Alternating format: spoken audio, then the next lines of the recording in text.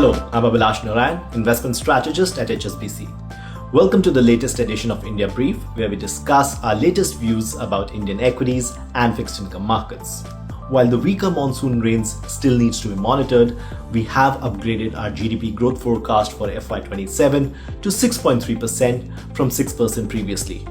However, due to the lagged impact of higher oil prices, both headline and core inflation ticked higher in the month of May.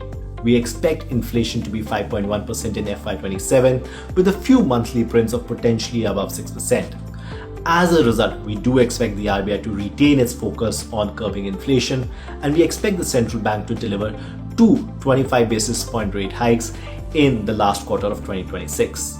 So what does all of this mean for financial markets? Well, firstly, we remain neutral on Indian local currency bonds. Now, the recent announcement of tax cuts as well as expansion of FAR universe has resulted in nearly $6 billion worth of foreign inflows since the 5th of June.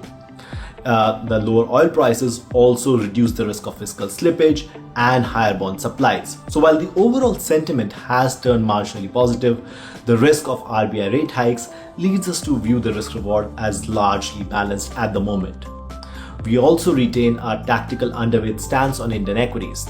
Now, just to recap, Indian equities did outperform Asian equities in the month of June.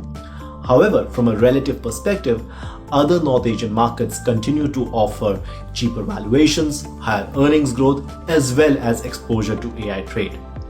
Now, the upcoming earnings season is likely to be closely watched for corporate guidance around the impact of El Nino on rural consumption, as well as the impact of AI on Indian IT sector.